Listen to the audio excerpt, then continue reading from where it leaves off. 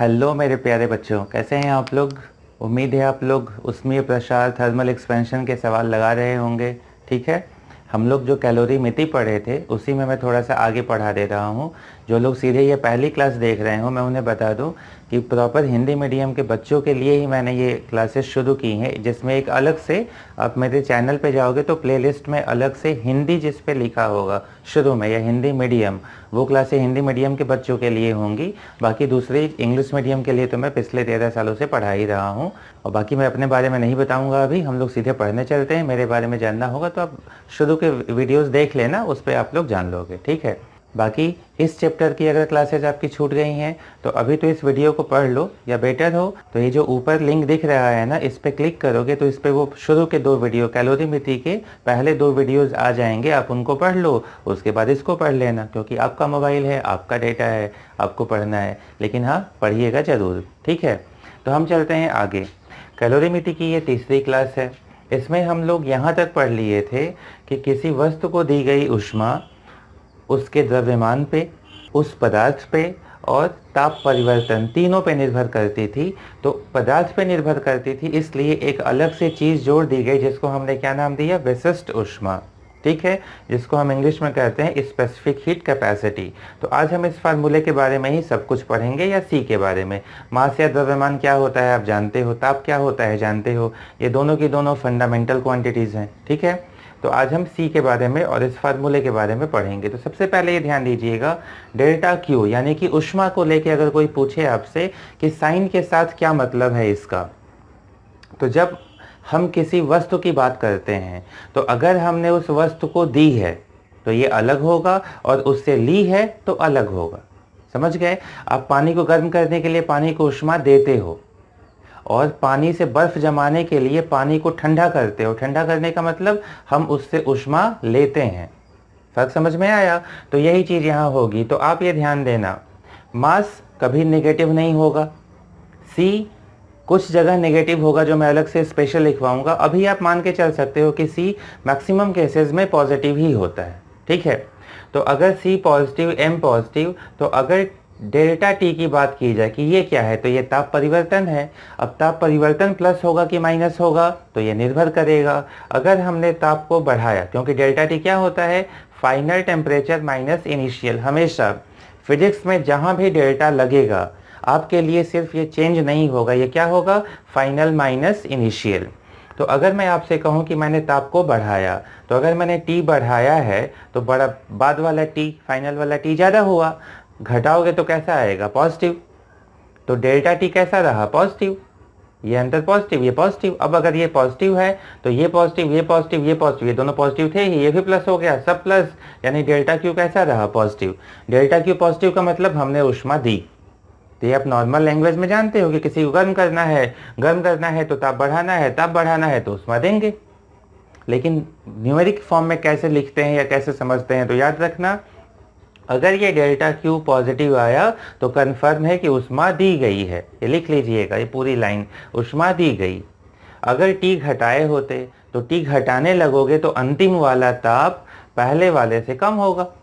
अब अगर ये कम होगा और कम में से ज़्यादा को घटाओगे तो ये नेगेटिव आएगा। ये नेगेटिव आएगा तो इस पूरे को नेगेटिव कर देगा, यानी डेल्टा क्यू नेगेटिव। और डेल्टा क्यू नेगेटिव क्या कहेगा कि ऊष्मा ली गई है।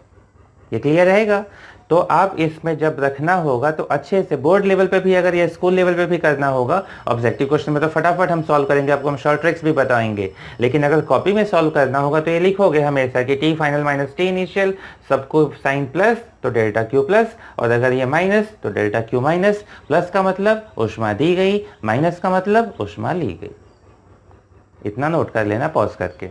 नेक्स्ट, डेल्टा टी का काम, कहानी खत्म। अब आते हैं सी पे। सी यानी कि स्पेसिफिक हीट कैपेसिटी, जिसको हिंदी में कहते हैं विशिष्ट ऊष्मा।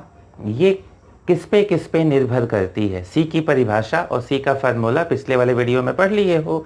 तो अब इसके बारे में, इसके अंदर घुस के इसकी चीज़ों को हम आज जानेंगे। आज की क्लास में हम सी के बारे में जानेंगे और कुछ क्वेश्चंस लगाएंगे। तो सी किस पे निर्भर करेगी, तो पहला ये पदार्थ पे निर्भर करेगी। मैटर सामने पदार्थ लिख लीजिएगा। अलग अलग पदार्थ के लिए सी का मान क्या होगा, अलग अलग। दूसरा, सेम पदार्थ के लिए ये फेज यानी कि स्टेट स्टेट यानी कि अवस्था, उसके स्टेट या अवस्था पे भी निर्भर करती है, ठीक है। और थर्ड, ये टेम्परेचर पे निर्भर करती है, यानी ताप पे, यानी अलग अलग ताप पे भी सी का मान थोड़ा थोड़ा बदलता है।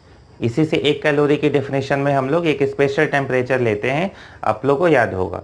तो हमें इन तीनों को आप नोट कर लो कि स्पेसिफिक हीट कैपेसिटी यानी विशिष्ट ऊष्मा किस पे निर्भर करती है। तो ऐसे वो लोग स्कूल में लिखवा देंगे कि बस पदार्थ, अलग अलग पदार्थ के लिए अलग अलग होती है, लेकिन कंपटीशन के लिए ये सब याद रखो कि पदार्थ पे भी निर्भर करेगी, उसके फेज पे भी निर्भर करेगी, यानी अवस्था ठोस है कि द्रव है कि गैस है, और उसके ताप पे भी निर्भर करेगी। तो मैं तीनों आपको अलग अलग बता रहा। तो पहले आप ये पॉज करके इन तीनों के नाम लिखो, अब आगे बढ़ो। पदार्थ पे क्या, अलग अलग पदार्थ के लिए सी का मान अलग अलग होता है। जैसे कि जितनी वस्तुएं हैं अगर उनको देखो तो सबसे ज़्यादा जो सी होता है यानी विशिष्ट ऊष्मा होती है वो हाइड्रोजन गैस की होती है।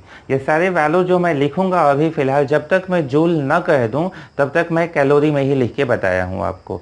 सवाल में अगर जूल दिया जाएगा या जूल में पूछा जाएगा तो हम लोग पिछली क्लास में मैकेनिकल इक्विवेलेंट पढ़े हैं। मैकेनिकल इक्विवेलेंट से हम जानते हैं कि 1 कैलोरी होता है 4.18 जूल के, उससे हम बदल देंगे। लेकिन जब तक मैं न कह दूं, यहाँ ये किस में होगा, कैलोरी में होगा। तो सबसे ज़्यादा हाइड्रोजन का होता है 3.5 कैलोरी पर ग्राम पर डिग्री सेल्सियस। हाइड्रोजन गैस के अलावा ठोस द्रव में अगर आओगे तो सबसे ज़्यादा ये वाटर का होता है, ठीक है। एक स्पेशल क्वेश्चन होता है जब आप आगे 12th में जाओगे तो कई जगह ये पूछते हैं, कई जगह कूलिंग करने के लिए यानी किसी चीज़ को ठंडा करने के लिए हम कूलिंग एजेंट का यूज़ करते हैं। तो कई जगह वो पूछते हैं कि कूलिंग एजेंट में वाटर क्यों यूज़ किया जाता है, ठीक है। तो वाटर इसीलिए यूज़ करते हैं क्योंकि वाटर की स्पेसिफिक हीट सबसे ज़्यादा होती है, किस में, ठोस में और द्रव में। ऐसे तो सबसे ज़्यादा हाइड्रोजन है, लेकिन ठोस द्रव में सबसे ज़्यादा किसका है, तो पानी का है। आप ये कह सकते हो हमारी पृथ्वी पे जीवन के होने का एक बहुत बड़ा रीज़न ये भी है कि पृथ्वी के 75% या ज़्यादा से ज़्यादा हिस्से में क्या है, पानी है।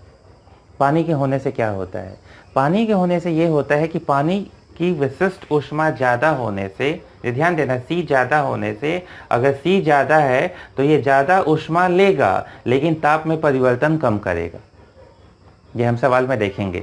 अगर ये ज़्यादा, ये मैंने ज़्यादा दे दिया तो ये ज़्यादा दे दिए तो या तो ये ज़्यादा होता या ये ज़्यादा होता। अब अगर सी कम होता तो डेल्टा टी ज़्यादा होता, ताप ज़्यादा बढ़ जाता। लेकिन अगर सी ज़्यादा है तो दी गई ऊष्मा में जिसका सी ज़्यादा होगा, अगर ये बड़ा है तो मल्टीप्लिकेशन बेस को छोटा होना पड़ेगा, तो ताप में परिवर्तन कम होता है। वरना आप अगर जुपिटर वगैरह पे चले जाओ या मार्स पे चले जाओ तो वहाँ दिन और रात के तापमान में 150, 200 डिग्री का फ़र्क आ जाता है। यहीं दिन में टेम्परेचर क्या है और रात में टेम्परेचर क्या है, 200 डिग्री का टेम्परेचर डिफरेंस है। क्यों, क्योंकि पानी नहीं है। यहाँ पृथ्वी पे पानी क्या करता है, पानी ऊष्मा ले तो लेता है लेकिन ताप में परिवर्तन कम होने देता है। क्यों, क्योंकि इसकी विशिष्ट ऊष्मा ज़्यादा है।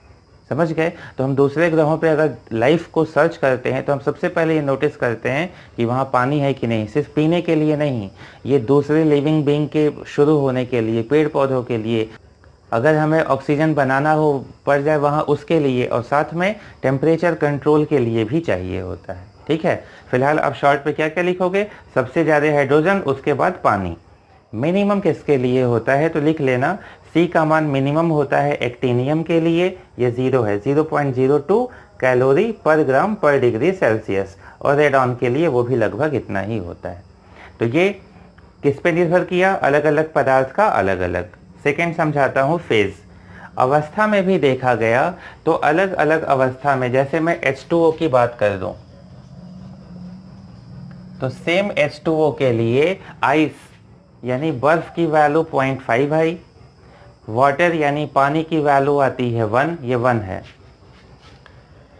ये है 1 कैलोरी पर ग्राम पर डिग्री सेल्सियस। और स्टीम यानी कि वाष्प, वाष्प कहेंगे या भाप, भाप सही शब्द होगा, भाप के लिए होती है 0.47। लेकिन सवालों में ज़्यादातर आप भाप का भी 0.5 ही लेके करोगे, ऐसे होता 0.47 है, आप याद रखना। लेकिन फास्ट कैलकुलेशंस अगर करने हो तो आप 0.5 इसको भी लेके कर सकते हो। तो देखिए अलग अलग अवस्था में भी सी का मान क्या है, अलग अलग, ठीक है।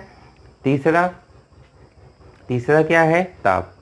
तो ताप के साथ भी ये देखा गया कि जैसे मैं पानी लूँ पानी में कितने पे लूँ, 0 डिग्री सेल्सियस पे। और नॉर्मल यहाँ एटमॉस्फेरिक प्रेशर पे पानी कहाँ तक रहता है, 100 तक। 100 के बाद ये उबल के वाष्प में बदल जाता है। तो इस बीच अगर मैं C का मान चेक करूँ, y एक्सेस पे मैंने C को लिया है और ये जो है ना ये 1 वाली लाइन है ये, तो ये देखने को आता है कि C बहुत ज़्यादा का फर्क नहीं आता, लेकिन हम जितने ज़्यादा क्लोज लेवल आंसर तक जाते हैं तो देखो दशमलव के तीसरे स्थान पे 8 तक, या ये 0.993, यानी तीसरे स्थान पे 7 कम या तीसरे स्थान पे 1 से 8 ज़्यादा, इतने का ही 008 007 इतने का ही फर्क है, लेकिन है।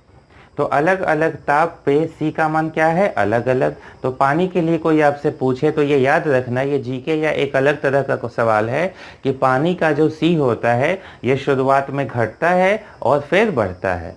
और इससे ज़्यादा अच्छा सवाल है कि सबसे कम C कहाँ होता है, तो सबसे कम होता है 37 डिग्री सेल्सियस पे। और C का मान एग्जैक्ट 1 कब होता है, तो ये सब लोगों को पता है, पिछली क्लास जो पढ़ चुके हैं कि ये होता था 14.5 से 15.5 डिग्री सेल्सियस के बीच में। यहाँ पे इसकी एग्जैक्ट वैल्यू कितनी थी, 1, यहाँ 1 थी। और अगर घटने बढ़ने की बात करो तो सबसे कम कहाँ होता है, तो 37 डिग्री सेल्सियस पे। यहाँ पे 37 लिख के ये ग्राफ अब पॉज करके ये सारा कुछ भी नोट कर लो, पॉज करो नोट कर लो, ठीक है। अब ठीक है, तो ये तो पानी का था।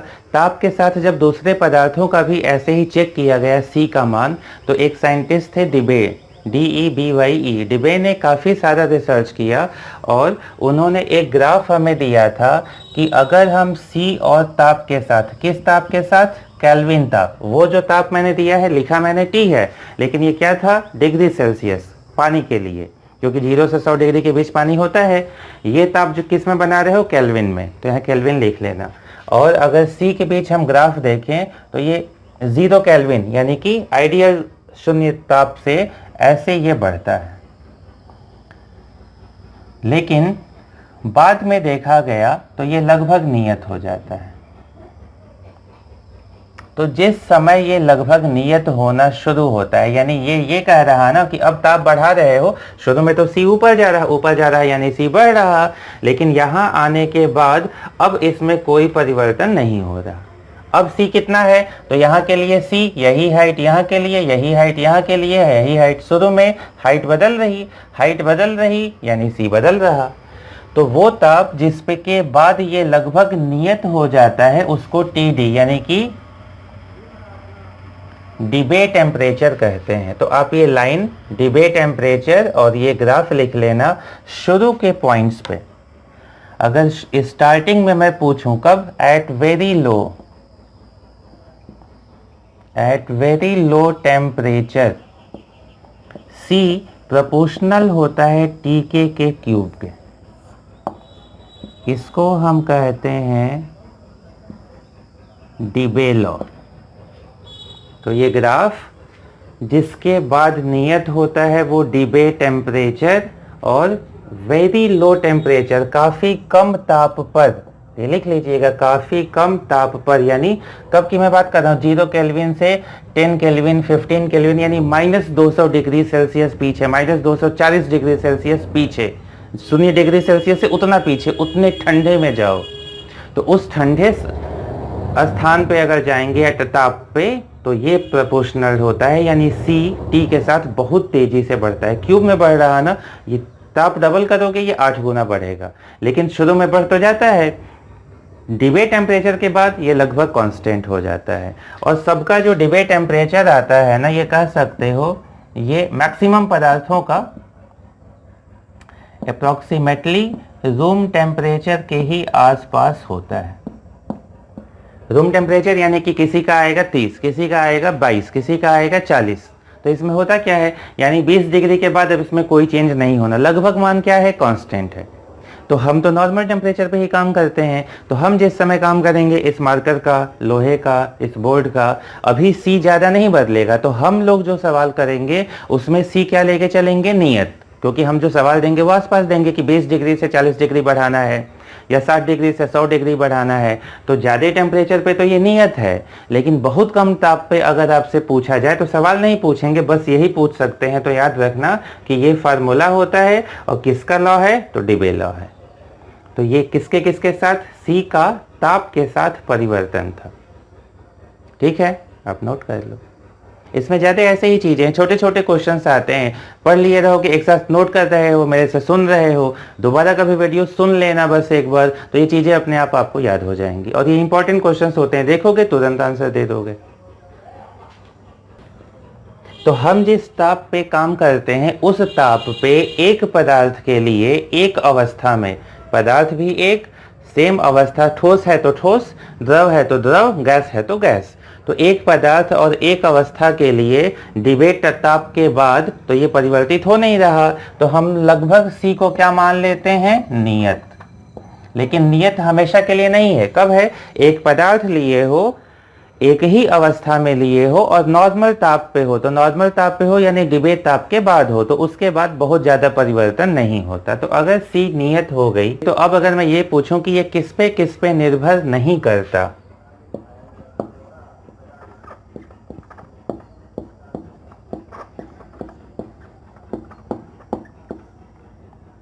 तो पहला मास पे ये कभी डिपेंड नहीं करेगा। ठीक है, 2 kg का लो या 10 kg का, उस पर इसकी निर्भरता नहीं है। दूसरा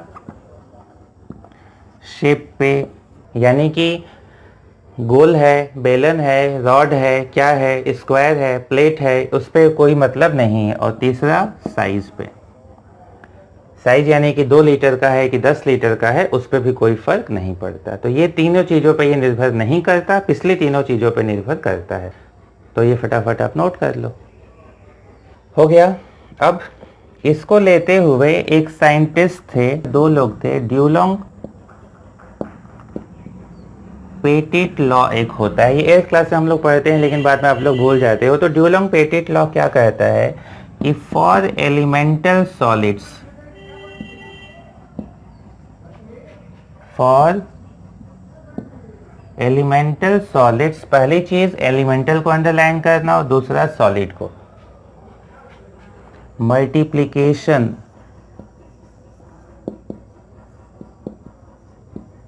ऑफ किसका किसका, स्पेसिफिक हीट। अब थोड़ी थोड़ी इंग्लिश की लिखने की आदत आप लोग डालो धीरे धीरे, जान तो कहीं हो कि विशिष्ट ऊष्मा में लिख रहा हूं, multiplication of specific heat and atomic weight, परमाणविक भार। एलिमेंट है तो क्या होंगे, परमाणु होंगे, तो स्पेसिफिक हीट गुणे एटॉमिक वेट का जो गुणनफल आया, ये सबके लिए कांस्टेंट आया, और ये आया 6 कैलोरी पर डिग्री, इसमें ग्राम नहीं रहेगा, 6 कैलोरी पर डिग्री सेल्सियस। ठीक है, अब ये जो 6 कैलोरी पर डिग्री सेल्सियस है, अगर इसको गैस कांस्टेंट R के टर्म में लिखोगे तो ये इक्वल होता है 3R के। तो 6 लिखो या 3R लिखो।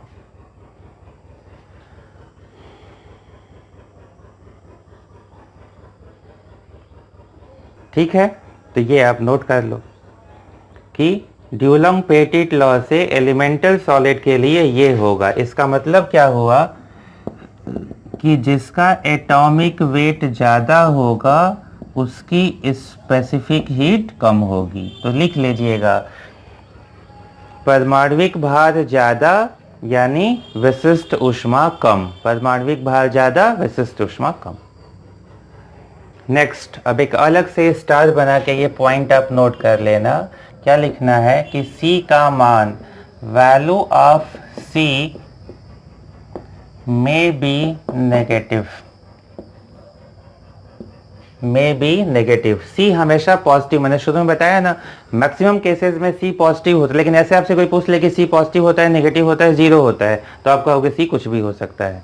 तो कुछ भी में 0 का मतलब हम ऊष्मा दे ही नहीं रहे और उसका ताप बढ़ रहा, देखे थे। तो वैसे केस में C 0 हो जाए, हम ऊष्मा दे ही नहीं रहे हैं और ताप में परिवर्तन हो रहा है, तो जब ऊष्मा ही नहीं दिए तो डेल्टा क्यू 0 होगा, तो C क्या होगा, 0। वो स्पेशल कैटेगरी हो गई।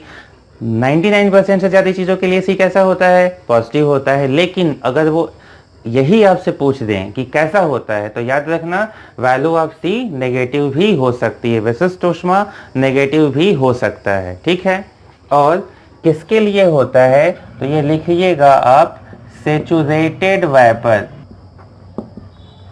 सैचुरेटेड वेपर के लिए ये नेगेटिव होगा। नेगेटिव होने का क्या मतलब है, नेगेटिव होने का मतलब है कि डेल्टा क्यू की वैल्यू नेगेटिव होगी तो भी ताप बढ़ेगा। उल्टा हो गया ना। अब जो फार्मूला आप यहाँ लिखे थे, यही मैं लिख दे रहा हूँ, delta Q is equal to M C delta T. तो देखो ये नेगेटिव हो गया, तो इसके नेगेटिव होने से अब काम उल्टा हो जाएगा। पहले ये दोनों पॉजिटिव थे, ये पॉजिटिव थे तो ताप बढ़ता था, तो उष्मा ये पॉजिटिव आता था, ताप घटता था, तो ये नेगेटिव आता था। अब ये उल्टा हो गया। तो जहां सी को मैं कहूं कि मैंने उल्टा कर दिया, आप ये दिमाग में रख लेना कि जो मैं आसपास देखा हूं, जो मेरे दिमाग में है, सब कुछ उसका उल्टा हो रहा। यानी आप ये मन में सोचते हो कि हम ऊष्मा देंगे तो ताप बढ़ेगा, ऊष्मा लेंगे तो ताप घटेगा, ये नॉर्मल सोचते हो। सी के नेगेटिव होने पे क्या होगा, उसका उल्टा होगा। उल्टा होने का मतलब क्या है कि डेल्टा क्यू नेगेटिव यानी ऊष्मा लेंगे,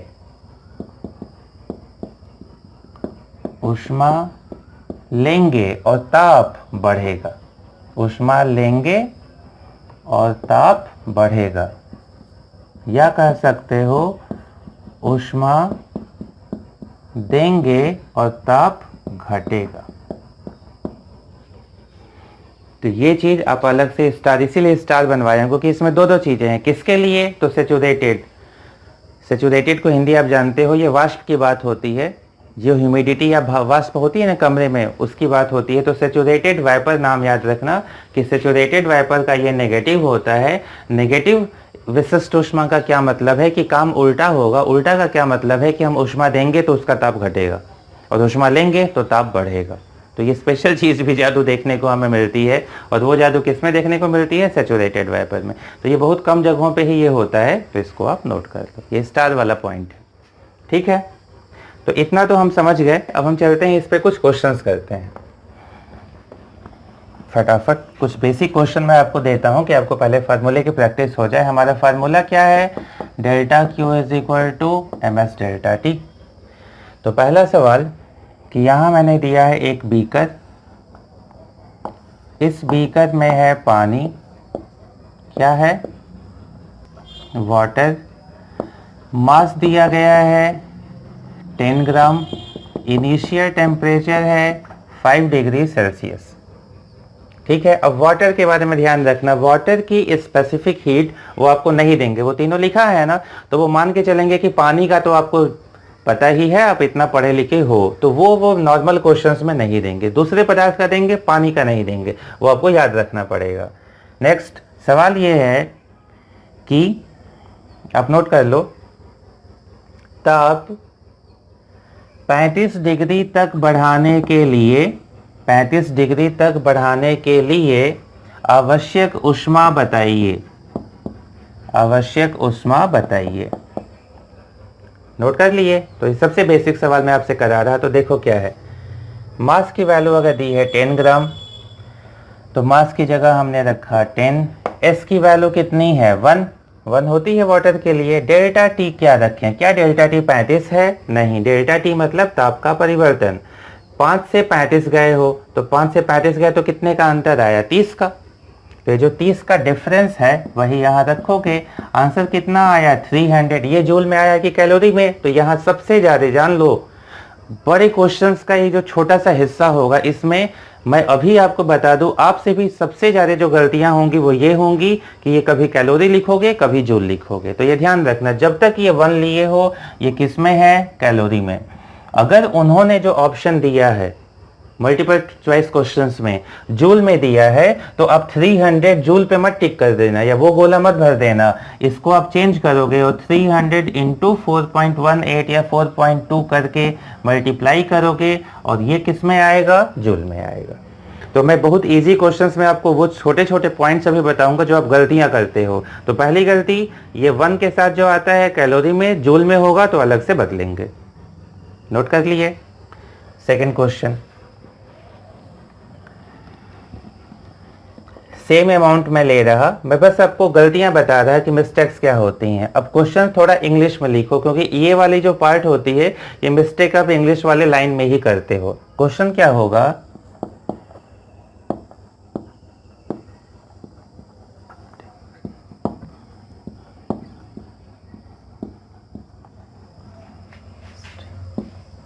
देखो मास वही दिया, इनिशियल टेम्परेचर वही है, वैसे ही बीकर में रखे हो। सवाल लिखिए, temperature is increased by 45 degree Celsius, required heat question mark. आप पॉज करके ट्राई करो एक बार, ये क्वेश्चन ध्यान से पढ़ो, पॉज करो और ट्राई करो। कर लिए? मैं चलता हूं। यहां ये ध्यान देना, इंक्रीज्ड बाई और कहीं कहीं लिखा रहेगा इंक्रीज्ड टू। इंक्रीज टू का मतलब होता है अंतिम ताप बताना, और इंक्रीज्ड बाई का मतलब होता है कि इतना हमने बढ़ाया है। अगर मैं आपको अंतिम बताऊं, ध्यान से सुनना, अगर मैंने इनिशियल दे दिया है, आपको अंतिम बताऊं तो घटाओगे तो डेल्टा टी आएगा। हमें क्या चाहिए? डेल्टा टी चाहिए। डेल्टा टी कब आएगा? अंतिम में से प्रारंभिक घटाने पर। लेकिन कई बार सवालों में वो सीधे बता देते हैं कि मैंने इतना बढ़ाया। जैसे लाइन सुनो, मैंने ताप बढ़ाकर 30 किया, मैंने ताप को 30 से बढ़ाया, बढ़ाकर 30 किया, 30 अंतिम, 30 से बढ़ाया यानी 30 बढ़ाया है। फर्क समझ में आया? और ये सवालों में छोटी छोटी मिस्टेक्स हैं ये जो आप लोग करोगे, तो याद रखना इंक्रीज्ड बाई का मतलब होता है कि ये सीधे डेल्टा टी है। इसको हिंदी में लिख लेना, इंक्रीज्ड बाई कुछ लिखा होगा तो वो मान सीधे क्या है? Delta T. और अगर इंक्रीज्ड टू लिखा हुआ है यानी कि आपको अंतिम बताया गया है। अंतिम यानी कौन सा? फाइनल। तो इसमें आप डेल्टा टी निकालोगे फाइनल माइनस इनिशियल करके, जैसे पिछले सवाल में किए थे। तो पिछले सवाल में जैसे 35 तक बढ़ाया था मैंने, तो मैं क्या लिखता? Temperature is increased to 35 degree Celsius. 2 लिखा होता यानी अंतिम है। अंतिम 35 में से 5 घटाए थे, 30 आया था। सवाल ऊपर किए हो, कॉपी में देखो, तो वो क्या होता? Increased to 35। अगर इंक्रीज्ड बाई लिखा है यानी आपको सीधे मैंने क्या दे दिया? Delta T. कितना? जो कहा गया है वो। लाइन याद रहेगी, दिमाग में रख लो। इंक्रीज्ड बाई अलग, इंक्रीज्ड टू अलग। इंक्रीज्ड बाई मतलब सीधे डेल्टा टी। तो चलो, अगर मैं ये कह दूं कि सीधे डेल्टा टी मिल गया तो आपका सवाल तो आसान ही हो गया है। m की वैल्यू कितनी है? 10। टेम्परेचर c की वैल्यू क्या होती है? 1। टेम्परेचर डिफरेंस, तो ये 5 उन्होंने बेवकूफ बनाने के लिए दिया था। जो 45 है वो सीधे कितना आया? 450 कैलोरी। समझ गए? नेक्स्ट, ये फटाफट नोट कर लो, अगर कोई डाउट होगा तो। ऐसे तो आप मैथ में आप लोग इतना फास्ट होते हो, फटाफट ये सब लिखने वाली चीज़ें हैं 6, 7 क्लास की बच्चे कर लेते हैं। चलो, ये जो बीकर था, ये बताओ जैसे पानी गर्म करना होगा तो कैसे कर रहे होगे? ये पानी गर्म करना है 10 ग्राम का, तो गर्म करने के लिए कहीं से ऊष्मा दे रहे होगे ना।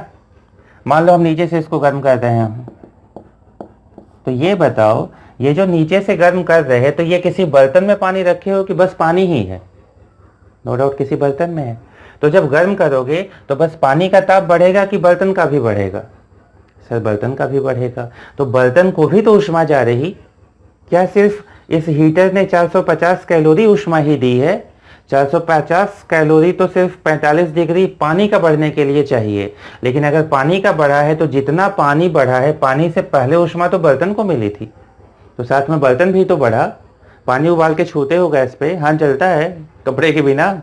क्यों जलता है? क्योंकि बर्तन भी गर्म हो रहा। तो अगर मैं आपसे कहूं कि कुल ऊष्मा बताओ, तो कुल ऊष्मा में बर्तन को दी गई ऊष्मा भी लिखी जाएगी। ये पॉइंट नोट कर लीजिएगा आप कॉपी में, कि कुल ऊष्मा अगर पूछेंगे सिर्फ पानी के लिए कितना चाहिए, तो रिक्वायर्ड मतलब इतना दोगे पानी को, पानी बढ़ जाएगा। सवाल अलग है।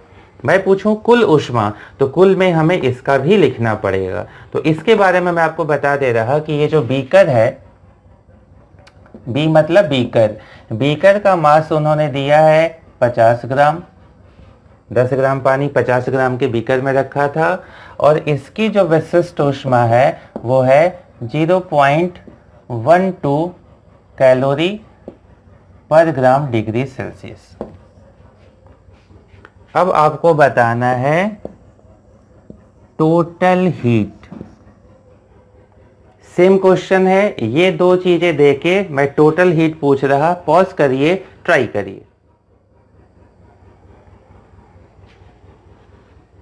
कर लिए? तो देखो, पानी को जो चाहिए था वो तो चाहिए ही था, इसी 45 डिग्री ही तो बढ़ाए हो, तो पानी को तो जो चाहिए, क्या क्या लिखोगे? अब हम अलग अलग लिखेंगे। पानी के लिए क्या लिखेंगे? m water c water delta T plus m beaker c beaker delta T. Values लिख लेते हैं। ये था 10, ये 1, ये 45 प्लस ये 50, ये कितना था 0.12 और ये 45। इसको सम करके आप नोट कर लेना। फालतू में हम लिखेंगे, डेटा बर्बाद होगा, आपका टाइम बर्बाद होगा। इसको मल्टीप्लाई करके नोट कर लोगे, ये जो आएगा यही आपका आंसर है।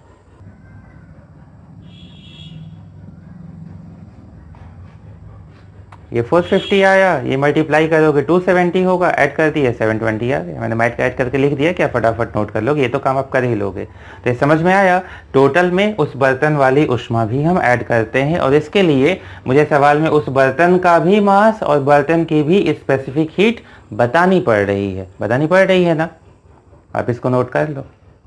ठीक है बच्चों, तो बेसिक क्वेश्चन हम लोग समझ गए। अब थोड़ा सा आगे बढ़ते हैं। तो जो बीकर दिया था, उस बीकर का मुझे मास भी बताना पड़ता है, बीकर की विशिष्ट ऊष्मा भी बतानी पड़ती है। उसकी जगह एक नई चीज लाई गई जिसको कहा गया वाटर इक्विवेलेंट। ये अच्छा टर्म होता है जो बार बार क्वेश्चंस में आएगा, इसको आप समझ लो। तो वाटर इक्विवेलेंट, इसके पहले आप मैकेनिकल इक्विवेलेंट पढ़े थे। इक्विवेलेंट मतलब क्या होता है? किसी दूसरे से तुलना करना। तो यहाँ किससे तुलना हो रही? पानी से। तो इसकी डेफिनेशन इंग्लिश में तो ये होती है कि water equivalent is that amount of water which take same amount of heat for same change in temperature. ठीक है, इसको मैं हिंदी में आपके लिए बता रहा अच्छे से करके। आप लिखिए कॉपी में, किसी वस्तु के समतुल्य जल तुल्यांक, जल की वो मात्रा होती है, जल की वो मात्रा होती है जो समान ताप परिवर्तन के लिए उतनी ही ऊष्मा ले जितनी वो वस्तु लेगी, जितनी वो वस्तु लेगी। समझ गए? ये परफेक्ट डेफिनेशन है। अब मैं आपको इसका फार्मूला बता रहा, क्योंकि इसके ना डेफिनेशन आपसे कोई वाइवा में टीचर पूछे तो पूछे, या आपके बोर्ड में आए तो आए, कंपटीशन में तो बस फार्मूले पे सवाल आएंगे। तो देखो मैं क्या कह रहा, ये हमारी एक वस्तु है जिसका मैंने मास दे दिया है m बीकर, स्पेसिफिक हीट है c बीकर। बीकर ही मान लेते हैं, ऐसा कौन सा बीकर होगा। मान लो ये कोई बॉडी है, b से बॉडी भी होती है, तो ये है मास ऑफ बॉडी, ये है c of body.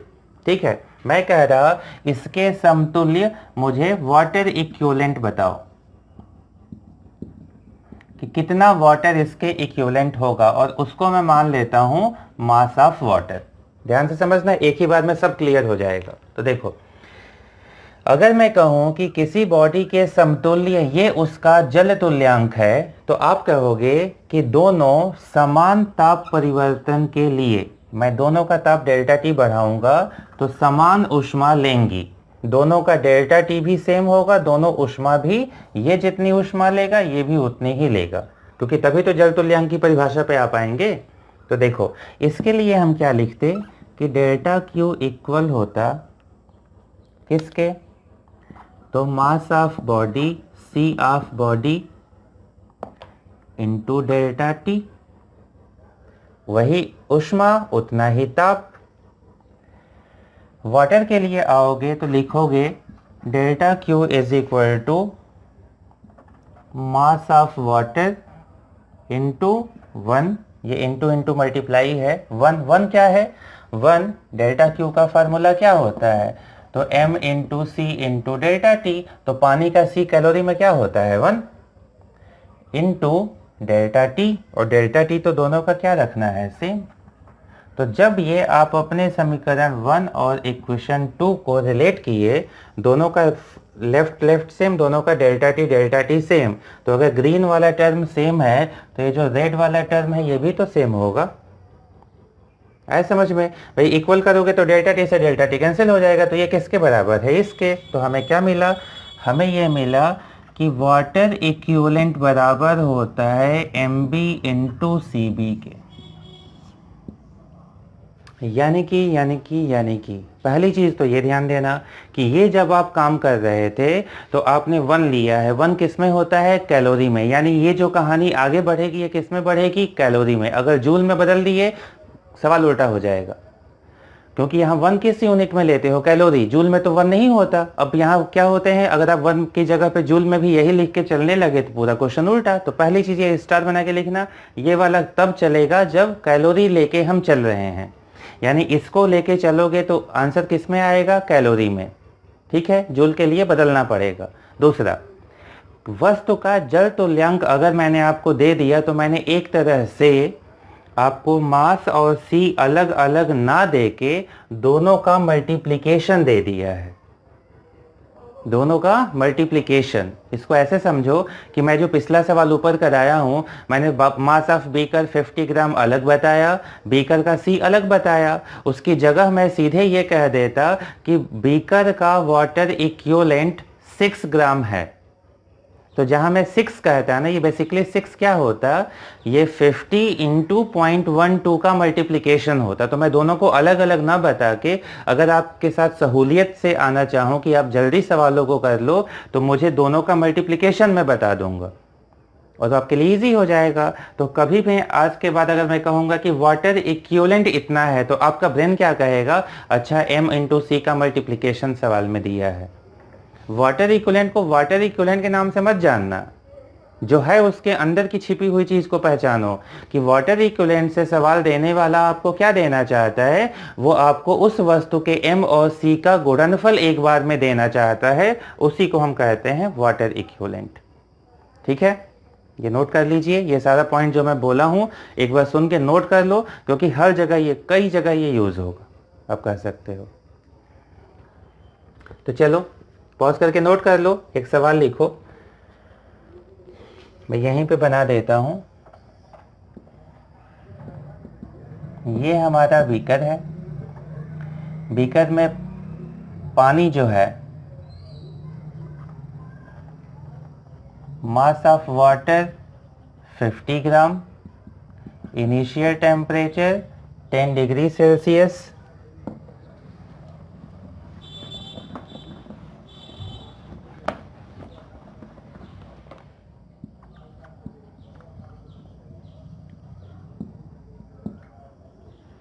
Water equivalent of beaker जो है ये दिया गया है 60 ग्राम ऑफ वाटर। ऐसे ही लिखा रहेगा। Water equivalent of beaker is, ये स्मॉल बी ही लिखना, beaker is 60 gram of water. इस बीकर का जल तुल्यांक कितना है? 60 ग्राम पानी। हो गया। हिंदी इंग्लिश इतना सब आप जानते हो। फिजिक्स में हमें कोई इंग्लिश लिटरेचर थोड़े पढ़ना है। ठीक है, यूपी बोर्ड में ऐसे भी हम लोग इंग्लिश सब लोग उतना पढ़ाते तो है नहीं, तो हमें उतनी इंग्लिश जानी भी नहीं है, लेकिन फिजिक्स वाली इंग्लिश में आपको धीरे धीरे सिखा दूंगा, आप परेशान मत होना। चलो तो आते हैं, पानी का मास, वास्तविक मास कितना है? 50, और बीकर के वाटर इक्विवेलेंट का मतलब बीकर के एम और सी का मल्टीप्लिकेशन कितना है? 60। तो जब मैं आपसे कहूंगा कि अगर फाइनल ताप, मैं यहाँ क्या दे रहा हूं? मैं लिख दे रहा temperature increased to 65 degree Celsius, delta Q total बताओ। बीकर, ये सब नोट कर चुके हो? लिखिए लाइन, टेम्परेचर इंक्रीज्ड टू। मैं बार बार टू बाई इसलिए कर रहा कि आपको आदत पड़ जाए, वरना मैं हिंदी में भी लिखवा देता। Temperature increased to 65। तो याद करो टू मतलब क्या है? ये डेल्टा टी दिया है या अंतिम दिया है? डेल्टा टी कब दिया होता था? जब बाई लिखा होगा। बाई मतलब डेल्टा टी। टू लिखा है यानी अंतिम दिया है। अंतिम दिया है तो इसका क्या मतलब हुआ सर? इसका मतलब ये हुआ बच्चे कि आप इसमें से इनिशियल को घटाओगे तो डेल्टा टी मिलेगा। टू मतलब अंतिम। तो हम सबसे पहले निकालेंगे डेल्टा टी। 65 में से 10 गया, कितना बचा? 55। 555 डिटर्जेंट पाउडर 55 हो गया। अब सी की वैल्यू कितनी लें? तो सी तो 1 होता है पानी का। अब चलो डेल्टा क्यू टोटल लिखते हैं। तो पहला क्या लिखते हो? मास of water C of water delta T plus mass of beaker C of beaker delta T। यही लिखते थे पिछले सवाल में। अब मास ऑफ वाटर कितना है 50, C ऑफ वाटर 1 होता है, डेल्टा T कितना है, तो डेल्टा T आया है 55 प्लस इन दोनों का मल्टीप्लिकेशन कितना है, तो 60 है। बस मैं यही बताना चाहता था, इसी मकसद से आया था, मेरा मकसद पूरा हो गया। मकसद यही नहीं है, मकसद है आपको कंपटीशन में टॉप करवाना। चलिए 60 क्या है, m इंटू सी का मल्टीप्लिकेशन, तो ये हुआ 60 और साथ में टेम्परेचर चेंज इसका भी कितना है 55, जितना पानी बढ़ेगा उतना बीकर बढ़ेगा। इन दोनों को मल्टीप्लाई करके लिख लेना, इतना बड़ा कष्ट आप कर लेना। 55 और ये 50 प्लस 60 क्या है 110 इंटू 55, इसको मल्टीप्लाई करना, इतनी कैलोरी, यही आपका आंसर है। तो वाटर इक्विवेलेंट सी से जुड़ी हुई सारी चीज़ें और इसके बेसिक क्वेश्चंस आप समझ गए हो। अब कल हम लोग पढ़ेंगे अगली क्लास में लैटेंट हीट, ठीक है, गुप्त ऊष्मा। गुप्त ऊष्मा क्या होती है, तो वो और इसको मिला के जो सवाल होंगे वो मैं कल कराऊंगा। फिलहाल आप लोग ये और जिनकी पहली क्लास ये होगी वो पिछली दोनों क्लासें प्लीज़ पढ़ लीजिए। और मेरा मकसद है आपको अच्छी तरह से बोर्ड लेवल में नंबर के साथ कंपटीशन कराना। मैं परिभाषा वगैरह सब मैं मेहनत कर रहा हूँ कि आपको फ्री में एजुकेशन सही मिल पाए। कई जगह फिजिक्स उतने अच्छे लेवल पे हिंदी मीडियम में पढ़ाया नहीं जाता है और आप लोग बाद में जाके उसी लिए बस पिछड़ जाते हो। तो मेरे मकसद को पूरा करने में आप इतनी सहायता मेरी कर सकते हो कि इन वीडियोस को भेजो। तो ये ध्यान देना, मैं ये एडवर्टीजमेंट के लिए नहीं कर रहा। मेरे किसी वीडियो में आपको कोई विज्ञापन कभी नहीं मिलेगा। एडवर्टीजमेंट जाता तो मैं पैसा कमाता, मेरा मकसद वो नहीं है। कभी भी बीच में ऐड नहीं दूंगा। मेरा मकसद है ज़्यादा से ज़्यादा बच्चे इसको पढ़ लें। तो आप उसमें इतनी तो हेल्प कर सकते हो, ठीक है। अभी के लिए थैंक यू।